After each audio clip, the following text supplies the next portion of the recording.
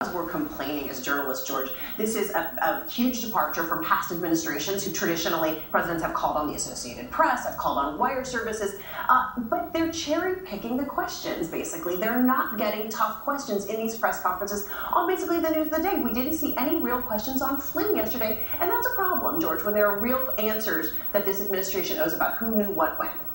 To me, it's not about whether Cecilia Vega gets to ask a question or John Carl gets asked a question or ABC. It's about no one that has an antagonistic question get answered. I mean, to me, there's two ways that you undermine the First Amendment. There's a full frontal assault on the First Amendment that we see in basically autocratic countries. That's not what's going on here. There's a subtle undermining of the First Amendment. The subtle undermining of the First Amendment is you call everything fake news that disagrees with you, and you don't call on any reporters that might ask you a question that is at all aggressive and might point out some factual definition that it's going to be effective. Well, and it might be for the base, and it has been up until now. I don't know how long you can sustain it. I don't know, frankly, how much longer a lot of reporters and media in these briefings and in these press conferences will tolerate this. What you're seeing now is reporters standing up and shouting questions at the president, trying to get his attention. I don't know how much longer he can refuse to answer them. Thank you, Matthew Dodd. Thanks very much. Let's go to Michael. All right.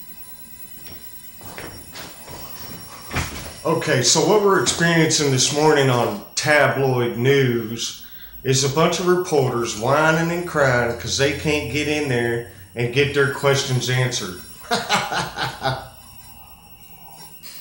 It's getting worse and worse for the regular mainstream media because all they want to do is dishonestly cover Donald Trump.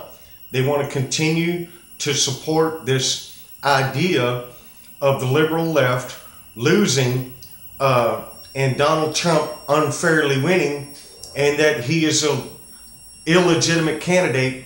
It's 24/7 on the news, continuing to talk bad about Donald Trump, continuing to point out the things that have failed. Okay, granted, I'm not particularly fond of his education secretary.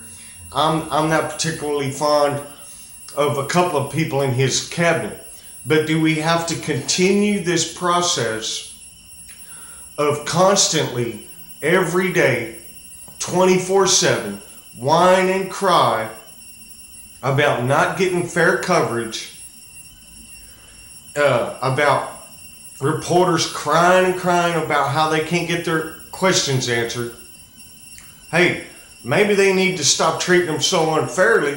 Maybe they need to stop lying about them. Maybe they need to be a little bit more honest. Maybe they need to have some fair and balanced coverage.